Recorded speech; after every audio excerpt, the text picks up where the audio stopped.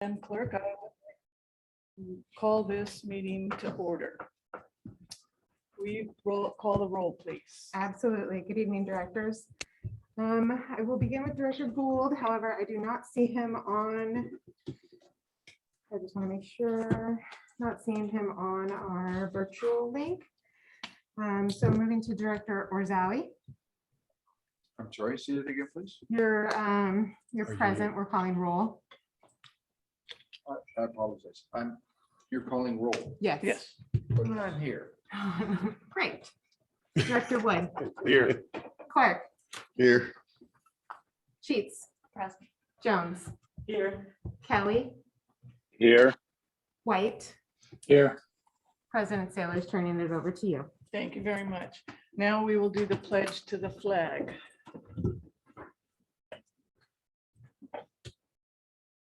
I pledge allegiance to the flag of the United States of America and to the republic for which it stands, one nation, under God, indivisible, with liberty and justice for all. Thank you very much. Tonight, the next item on the agenda is the Metro Cable announcement. The open session meeting is videotaped for cablecast on Metro Cable 14, replayed on Sunday, June 26th at 2 p.m. and Monday, June 27th at 6 p.m. on Channel 14, webcast at metro14live.sacacounty.net. We now have the public opportunity to discuss matters of public interest within district jurisdiction, including items on or not on the agenda. Madam Clerk, do we have any speakers? We do have one speaker tonight. We have Assistant Chief Law with us. Thank you very much. Good evening, Assistant Chief Law. How are you tonight? I'm nervous, honestly. Good evening, directors, Chief Harms, executive staff. Tonight I wanted to come to you and I've just prepared some thoughts because this is going to be very difficult for me. So bear with me as I try and just read through this letter to the board regarding my pending retirement. I'm writing this letter today to inform the board of directors of my decision to retire from the Sacramento Metropolitan Fire District effective August 1st, 2022. This was an extremely difficult decision for me to make and one that brings me a great deal of pain as it is not what I had planned at this juncture in my career.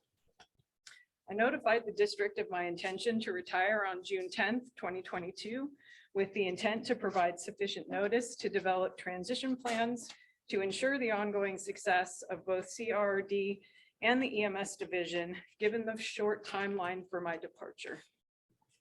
Since the fire chief announced my reassignment without explanation to any of the members of the district, people have filled in the void with rumor and speculation that is detrimental to my reputation.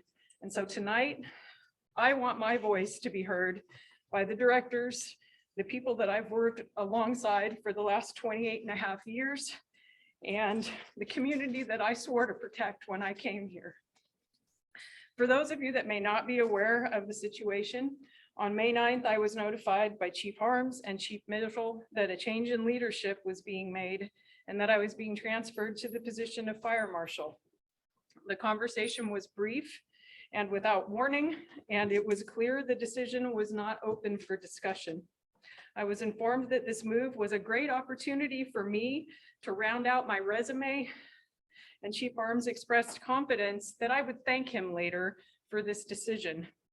To be clear, I found the manner in which this sudden change was addressed to be extremely insulting and dismissive of the significant contributions that I have made to the agency and the community in my career, and a clear indication that I am not valued or respected by the fire chief as a professional or as a peer or as a person. I did not apply for the position of fire marshal, although it was recruited for by the district. Upon reflection and a lot of soul searching in the last few weeks, I cannot in good conscience take an opportunity away from the people that wanted the position, that applied for the position, and have spent their career thoughtfully preparing for the top job in fire prevention. While I appreciate the purported confidence in my leadership skills and ability to learn a new role, I feel this position is far too important to our community to entrust to someone whose entire career was spent in operations, not in code enforcement and fire investigation. Nor do I think it's appropriate to expect the women and men that work in CRRD to train the fire marshal. It is simply demoralizing to have to train your own boss and diminishes the level of skill and accomplishment achieved by the members that have chosen community risk reduction as a career path. Once again, I feel that we've closed the door to opportunity to reach the highest level of leadership in community risk reduction for the people that started out and came up through there.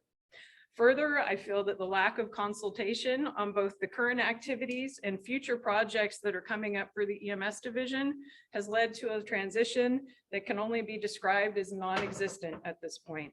Chief Mitchell announced the transition plan to the assistant chiefs via a text message and never consulted the people involved about our schedules. As a result, Chief Regnicki and I have had nearly no time together to review the voluminous body of work in the EMS division and the things that are facing us in the very near future and into next year. Member and team are words that are used repeatedly at Metro Fire, but they have no meaning when they're unsupported by action. The manner in which these moves were made was disruptive and disrespectful to all of us involved.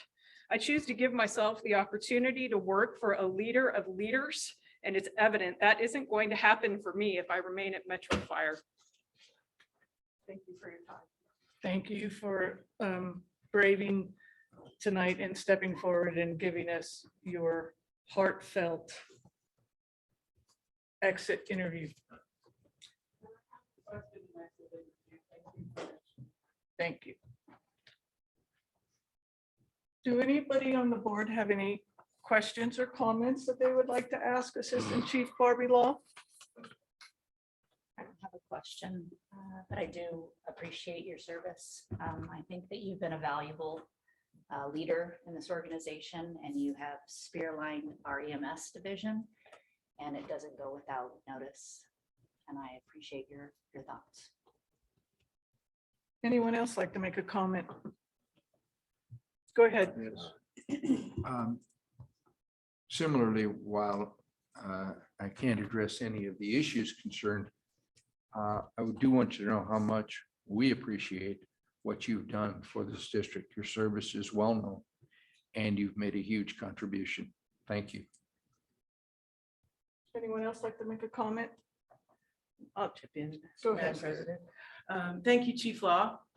I'd like to acknowledge to my peers, staff, and the public that's watching.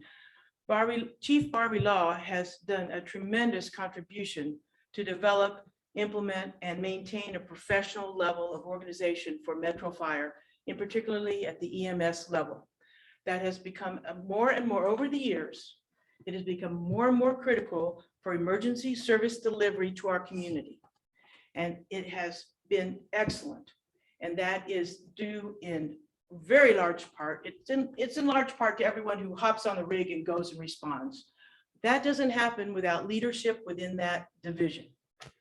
And I've been very proud of Chief Law's work in the EMS division. Nothing but kudos over the time that I've been here at Metro.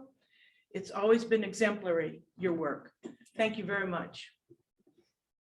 I too would like to basically say the same thing that Director Jones just said. Your work has always been exemplary, professional, and the fact that you've done 3 jobs while you were doing 1 when you were managing the EMS system. I'm very sorry to see you go. I'm very sorry to see that you've made the decision to retire, but I understand if you're not comfortable working in the system. Do any other directors have any Yes. comments? Go ahead. I also want to thank Chief Law for her years of service, and I'm also sorry to see that you have to go out in this manner. It really pains me to listen to what you just said. So thank you very much. And I just want to remind you, you can always pull your papers It's not final until the day you cash that first check. You got 30 days. So please keep that in mind. We would love to take you back. Okay. No one out there in Zoom land wants to say anything? I see no hands. Okay. Thank you for your years of service, Barbie. Moving on to the next item, we have the consent item. Do I have any questions, or I'll take a motion in a second? Madam Chair, I'll move consent. We have a motion and a second. Madam Clerk, will you call the roll?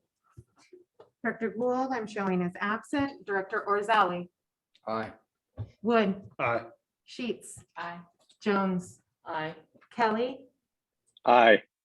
White, Aye. Clark, Aye. and Sailors. Aye. Motion passes. Thank you. Moving on to the next item, action items. Number 1, retirement of capital assets. Chief Financial Officer Dave O'Toole.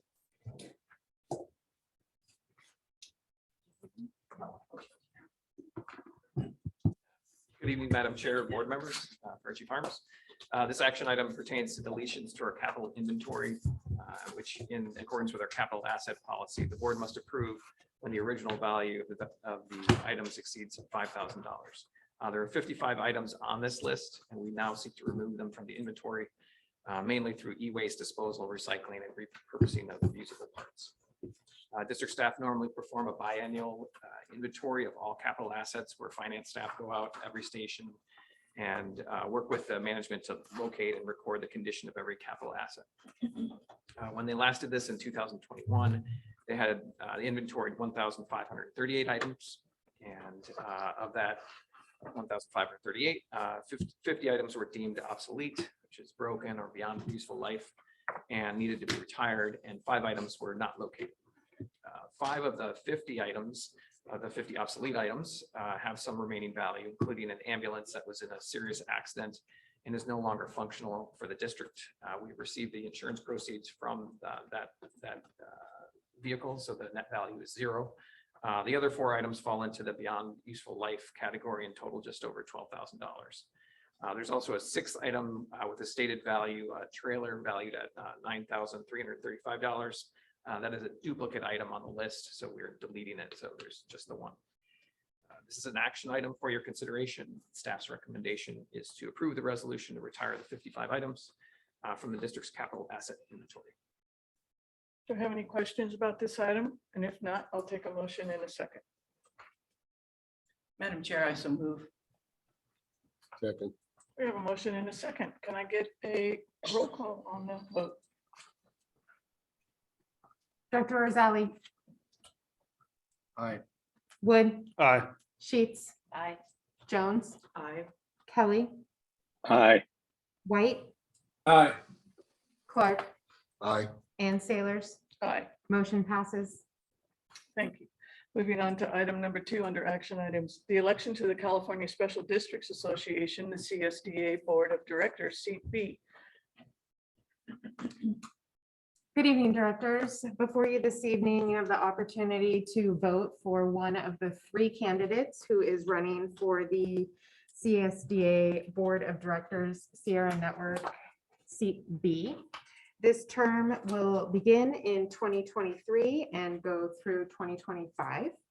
And as a district in member standing with CSDA, we have the opportunity to vote on this item, and we do so by doing it in a public meeting like this evening. And there were 3 candidates included in your packet. Hopefully you've had a chance to review those, and I would be happy to answer any questions. Do you have any recommendations? Go ahead, Director Jones. Oh, thank you. Thank you for getting us all that information on this. I appreciate it. I'm sure that all of the candidates are well qualified, including the incumbent. Everyone has a lot of experience and knowledge with CSDA. And I would like to offer the recommendation to my board to support Elliot Mulberg. I have known him since 2004, working with LAFCO and Cal LAFCO and CSDA. He is with Sacramento County Special Districts, a special district, and he's served many roles as a special district representative. And absent any other discussion, I would like to recommend Elliot because of the longtime association I've had with him, as well as he is from Sacramento County. I will second that, Madam Chair. That's a motion. All right, is there, anyone have a question or comment about that? Sounds like that will be our nomination, and go ahead and call the roll for the vote. Madam Chair, I move that we cast our vote for candidate Mulberg. I'll Thank you. second it. We got a call, and we have it. Wonderful, thank you. Thank you. Call the roll, please. I will begin with Director Orzali, Aye. Wood, Aye. Sheets, Aye. Jones, Aye. Kelly, Aye. White, Aye. Clark, Aye. and Sailors. Aye. Motion passes. Thank you. Moving on to the next action item number 3, ratification of the resolution to extend teleconference of board meetings, Government Code 54953E/3. This allows us to keep doing our board meetings as a hybrid of coming in person or continuing the Zoom option, which allows everyone to have the option to attend. And especially since we are still under the state of emergency because of COVID. Questions, comments? I'll take a motion in a second to continue this. Madam Chair, I make a motion. We continue to have a hybrid model. I have a motion. I'll take a second. I'll be glad to second that. Thank you. We have a motion in a second. Please call the roll, please. Director Orzali, Aye. Wood, Aye. Sheets, Aye. Jones, Aye. Kelly, Aye. White, Aye. Clark, Aye. and Sailors. Aye. Motion passes. Thank you. The next item will be done in closed session and then brought out after closed session. Next up are the reports, the president's report. There is no report tonight. Fire chief's report. Chief Harms, what have you got for us tonight? Good evening, directors. Thank you for being here tonight and you that are online. Kind of a quick report tonight. Just a couple of things on recruitment. We have a master mechanics recruitment for 2 positions that are internal. And we have a community relations specialist, external or internal position that is open. As far as meetings and activity, we continue to have the chiefs meetings or the chiefs forums across the district. We have 2 more to do next week and we will wrap those up. Those have been very positive and have been a lot of discussion across the board. We had the Sacramento County Fire Chiefs meeting in person the other day. The other one is the APOD committee. If you remember, that's the ambulance patient offloading time or wall time. Over the last 6 months, we have met twice a month. We have 20+ recommendations. Next Wednesday at 8 a.m. There will be 16 folks that will have votes that will cast votes on what things will move forward. A lot of it is either legislation, policy, or procedure to be implemented statewide with the overall goal of reducing wall time. So that is exciting. It will be very interesting to see how the vote goes next Wednesday. Myself and Chief Mitchell met last week with CAL FIRE just to work on our relationship. I also had meetings with Dave O'Toole and myself and Ty Bailey and discussing the IGT, GEMT, and now the new program, which will be PPGEMT. As you know, that has been a steady funding source since about 2012. It has always been one that is a risk for us as it could go away. With the new PPGEMT program, it will be a public safety program for the future and provide stability to the GEMT program. So that was a very positive meeting there. We continue on with our monthly EAP peer support team meetings. And as you all know, we continue with our budget request for the Zinfandel Training Center. And hopefully by the end of the month, we will have some positive news on that. The last thing just to talk about is the upcoming fire camp. Over the last few years, we have canceled fire camp due to COVID. We decided to go ahead and move forward. It'll be held this year from July 12th through the 15th at Station 21. It's a 4-day camp, instills self-confident teamwork, teaches life skills, and gives kids a basic understanding of the firefighter profession. We are very excited to be able to get that back online. The very first one was held in 1997, and approximately 1,500 kids have attended it since 1997. So a lot of volunteers, a lot of time, but just a great program moving forward. That ends my report unless we have some questions. I just have a quick question. Go Just a ahead. follow-up one. Thank you. The county chiefs, Mhm. 16 votes. Where, to whom will that recommendation or that vote or that push be given? To a legislator, to a hospital, to whom? So the county chiefs was one meeting. Uh-huh. For the APOT committee, it is 16 representatives across the state. So it's everybody from the hospital administrators to hospital ER doctors, the fire service, the metro chiefs, that group. When the votes are done, they will go to the director of IMSA, who will then take it to the legislature. And so Okay. there is a number of, I would say, spot bills that are out there Okay. that have been put into place that if it has a legislative enactment, it would go down that path that way. Thank you. Other ones would be in August 1st, the state will start a strategic plan for the EMS, which is what's called the Chapter 13 rules, and which will be reviewed and updated. Some of those would go into the Chapter 13 rules to be able to move forward. But the biggest part, so like one of them is an offload within 20 minutes. That would be a legislative action to make a rule that would then have enforcement capabilities. Thank you. Appreciate that distinction. Thank you. Up next, we have the operations report, Chief Mitchell. Thank you, Madam Chair, directors. Operations report tonight. We have, since the last report, we've had 4,329 incidents. It's up slightly since our last report, bumping up against that 310 calls a day. So we are seeing an increase in call volume there. Excuse me, 63% of those incidents have been EMS related. And then we've had 220 fire incidents, which is also up since our last report, almost two additional fire calls per day. Since June 9th. So we're seeing that increase that we would typically see in the summer. And I'll talk a little bit more about that here in a minute. As far as the safer positions update and what we're doing with our service delivery team, with that short timeline of implementation during that first part of August, our fire academy is graduating those 21 folks the 1st of July. They'll go through their orientation 10 shift and be counted as staffing in August. So our goal is to get that plan in operations in place in the first part of August. Labor and management are continuing to meet. In fact, there was a meeting today to discuss what we're going to do. We're working together, moving forward with that operational plan for implementing those changes. It's pretty exciting. We're looking at the impacts in the group. I know Director Gildon's here is one of the chairs along with Chief Rudnicki. They're looking at the impacts to logistics, station locations, vehicles, what kind of calls the squad's going to go on, call types, how those positions will be filled and bid for.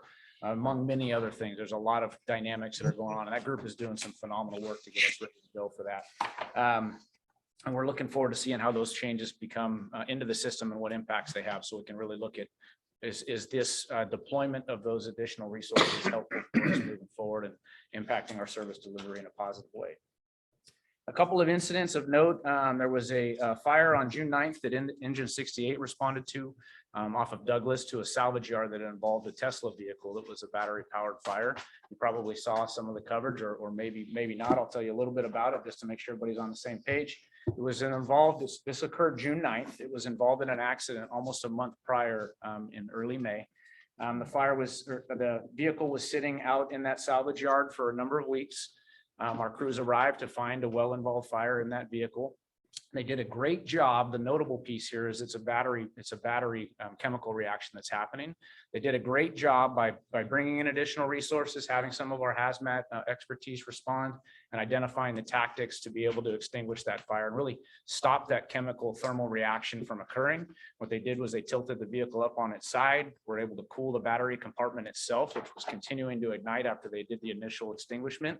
And then eventually was able to work with the facility itself that had heavy equipment to build a berm and then put the vehicle in there. They removed the tires so it would sit as low as possible to build that berm up, put the vehicle in there and then fill it with water to make sure that chemical chain reaction would stop.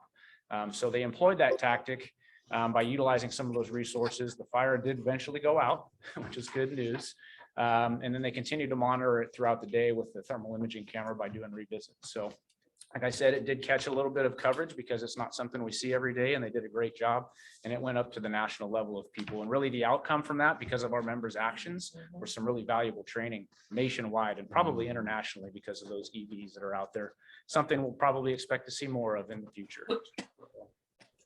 And then the second item here, as far as incidents over the last few days, if you've been watching the news or social media and things, you've probably seen we've had multiple incidents, vegetation fire incidents revolving around some transient camps and things like that have really challenged our folks.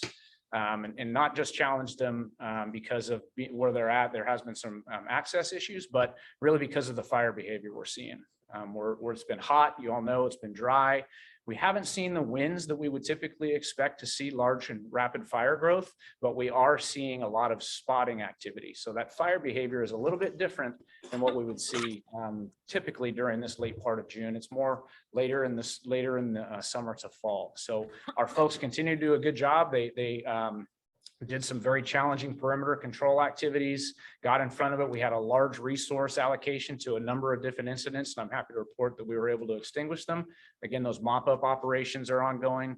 A lot of dead fuels, the oak trees and things that have been burning for a while. So they've been challenged the last few days, but I will say that they've been really working hard and have done a phenomenal job. We just had one earlier today, again, up in the Rio Linda Battalion 5 area. So again, it's probably looking like another challenging fire season for us here. So, and unless there's any questions, that's the end of my report tonight. Chief, you're talking about the electric vehicle, and I'm not aware of that. We have extensive training towards that kind of incident.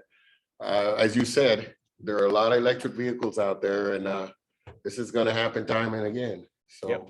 Do we have any? We have, there is online training we've done before, but our relationship, we've actually got a very good relationship with that company, with Tesla. We've been able to work with them extensively on doing some solar tile training that they've provided us with, and looking at how we're going to implement that into the county. And so because of this incident and the discussion, which is obviously the greatest impact at the dinner table and when they're out doing drills, talking about it, visiting those target hazards, but we are looking for extending that training. Fortunately, and this is why we have these folks, one of our hazmat captains that's on staff was contacted early on and was able to pull some of those resources to be able to implement those tactics. But we are looking obviously at many additional training opportunities in the future, because you're right. There's going to be a lot more of them out there. Absolutely. Future. Yeah. Thank you. Go ahead. So Chief, that technique that you employed with that Tesla, was that a field expedient technique, or was that something that was known in the industry?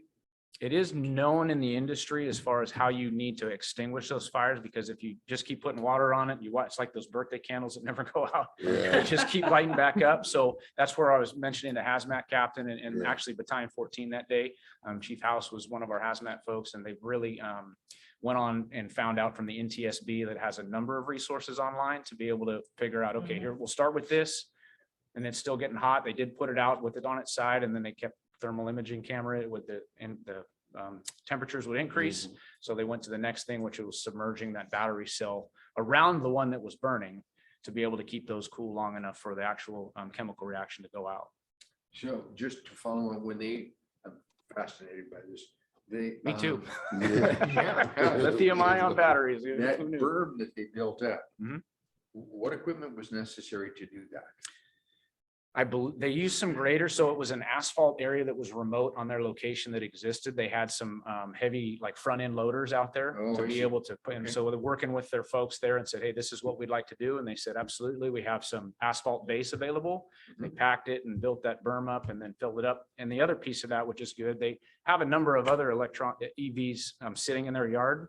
They said, we're going to leave this berm here just in case we need it down the road. So they've pre-planned, if you will, a little bit to help us out Yeah. if and when that occurs. again. Yeah. Yeah. It was a great working relationship to get that done. If I may, the location was also maybe convenient to handle it that way. Would there be situations where you won't have that? Great point. Yeah. They had that available. And so we're talking to your point of how do we deal with it if it's, and there's some techniques out there about, you're on the freeway. Right, Or or- something like that. So those yeah. are some of the things we're looking at. Grass- They're gonna grassy happen. area, yeah. Yeah. So. Thank you. Members. Chief Mitchell, I'd just like to follow up offline on this, just for the old timey firefighter curiosity Yeah. about firefighting on this new You bet. challenge we have. Thank you. Absolutely. No problem. All right. That's it. Thank you, Thank Chief Mitchell. Moving along, the next thing that's up is the firefighters local 522 report. And BC Matt Cole is out of town, and so BC Matt Cole is out of town, so he volunteered me to do some public speaking again. perfect. You're getting Mike lots of Gildone, Director experience. 522, firefighter here at Station 106 on C shift. Good evening, board, Chief Harms, everybody in the room, everybody online. Thank you for having me. First and foremost, thank you again for the visits. I know since the last time I came, each of you received an invite for a meal. Most of you took us up on it, some of you couldn't.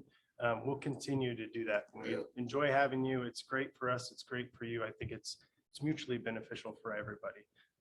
And we'll continue to do that. The next item, we had a unit meeting on the 17th at the hall. It was well attended in person and in Zoom. There was not a lot of new business taken care of there, but it's just good to get together. Our negotiations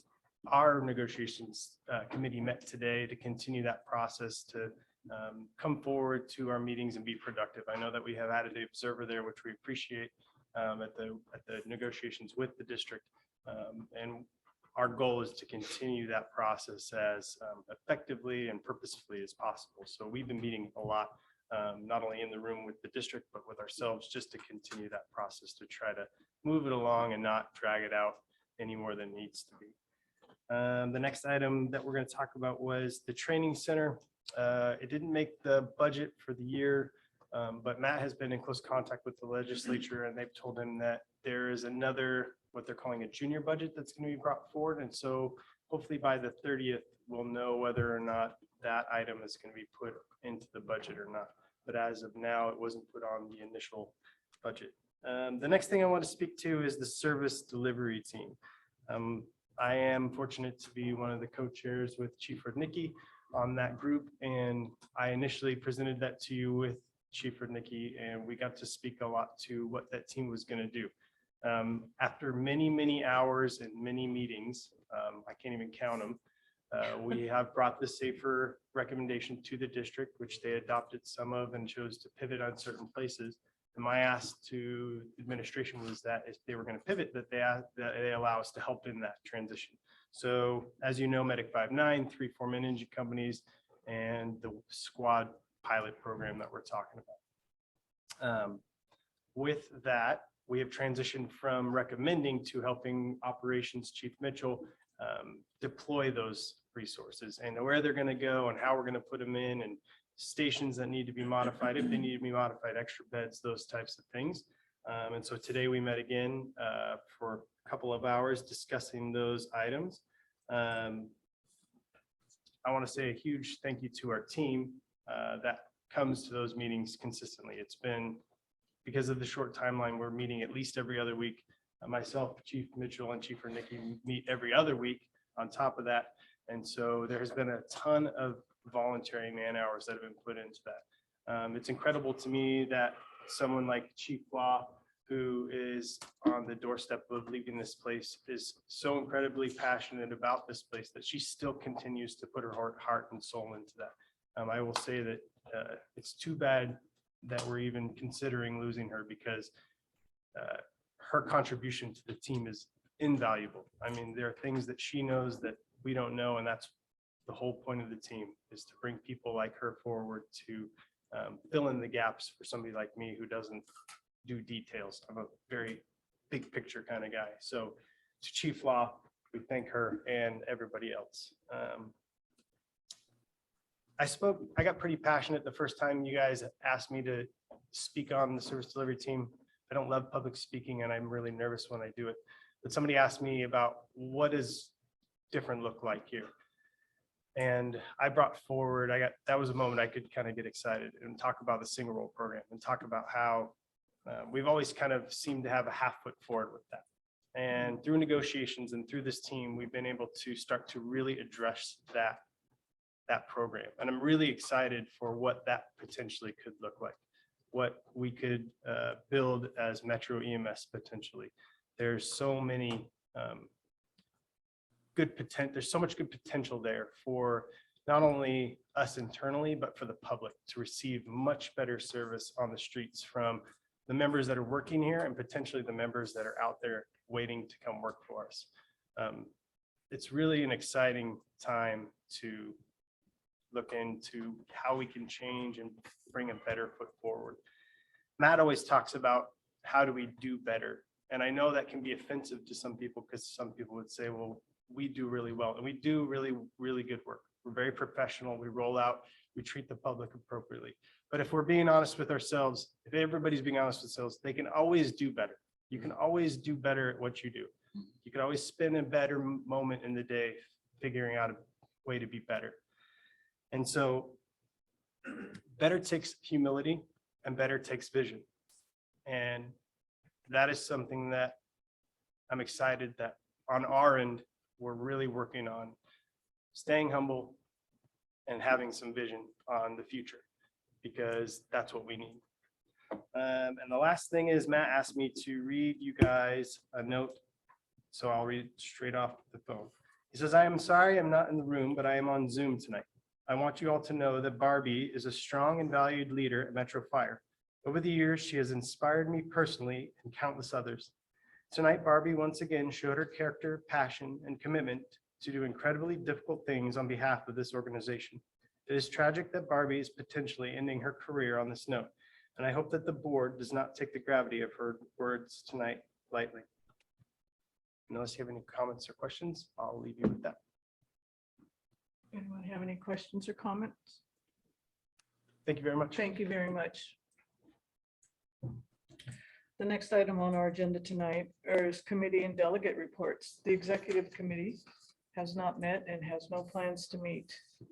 Up next, Communications Center JPA, DC Wagaman.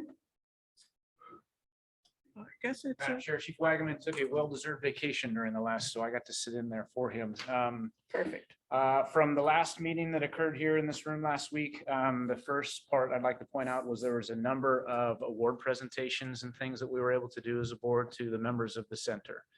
It included a letter of commendation from SFD to the staff that was on duty during the night of their shooting that they had in downtown, and this professionalism and integrity and everything that they did to assist in managing that incident. So they were well-deserved recognition there. There was also some awards of excellence, some challenge coin presentation, a certificate of appreciation to one of the members over there for his ability to solve a problem in a large incident for communications.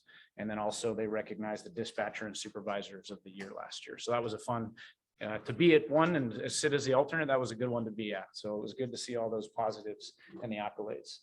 A couple other notable items. There was a preliminary budget that was approved at that meeting for the center. Good news there. Staff brought forward the prelim budget, and I'm happy to report there's no current member agency increases from last year to this year for our contributions to the center. So that was good. We also discussed the medical director changes as we grow closer to moving away from the regional medical director concept and what that's going to look like for the center moving forward.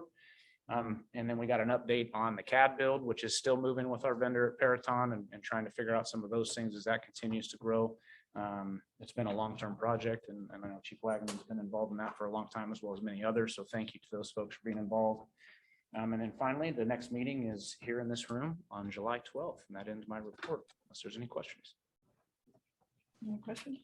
Thank you very much for that report. Up next, we have California Fire Rescue Training, JPA Chief Arms. Directors, we had our final meeting of the JPA here on yesterday.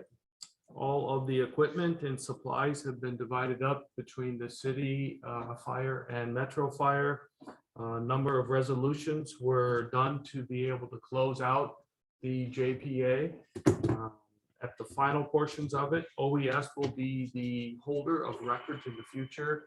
$5,000 was identified as the cost to be able to transfer those records and manage for the first year. And at the end of it, there will be approximately $31,000 that will be divided between OES at 40%, the city at 30%, and Metro at 30%. End of report, unless you have any questions. Any questions? Thank you for that report. Next up is the Finance and Audit Committee Director Rosali. Finance and Audit Committee has not met. The next meeting will be July 28th at 5:30 p.m. in this chamber. We met. Excuse me. You're right. We met tonight. So the committee met on this evening on June 23rd. Their next meeting will be July 28th. Thank you for that report. Next up is the Policy Committee. Director Gould is not here. Gould?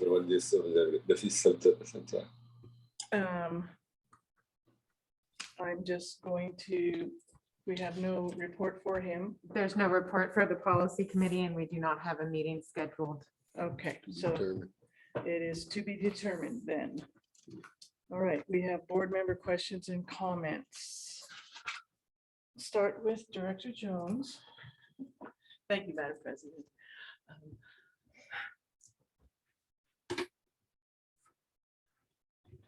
So what year is this? 2022? And I just like to reiterate some previous comments. I have started working with Chief Barbie Law back in 1990. Private ambulance and Engine One City. So I have been a witness to her contributions to emergency services delivery. And I want to once again take a moment to say thank you for your service. And again, this is it's not set in stone yet. The cement hasn't hardened. So that's my comment for tonight. Thank you. Thank you. Director Kelly. I have no comments this evening. Thank you. Thank you. Director Sheets. And no comment. No comments. Thank you. Director Wood. I have no comment. No comment. Thank you. Director Rosali. I have no further comments. No comments. Thank you. Director Gould is not here tonight. Director White. I just once again want to thank the men and women of the department that are routinely running calls every day. 7 months ago, they transported my father-in-law after he had a fall. And I'm happy to say that he is home today and celebrating his 90th birthday, and largely due to the great care that he received by the crew at Engine 59 and Medic 59. So thank you. Thank you, Director White. Director Clark. Madam Chair, I have no questions or comments tonight. Thank you, Director Clark. Tonight, I would just like to also say that I have known Chief Law since the late 1980s, and when she started working on a private ambulance company. And when we made the decision in the early 1990s to go into the fire ambulance business, and the city decided to allow all of the people on ambulances to come take the test to get on to see if they could qualify for. I remember Barbie going through our physical agility test. But here she is. Here we are in 2022, like Gay said. I'm very sorry, Barbie, that it has come to what it has come. to. I understand how you feel and why you made the decision you did.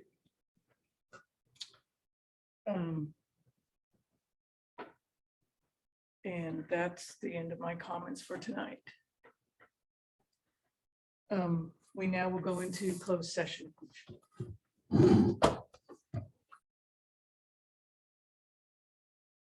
We're back from closed session. And just in time for John Walbra to do your thing. You're muted, You have John. You're muted, John.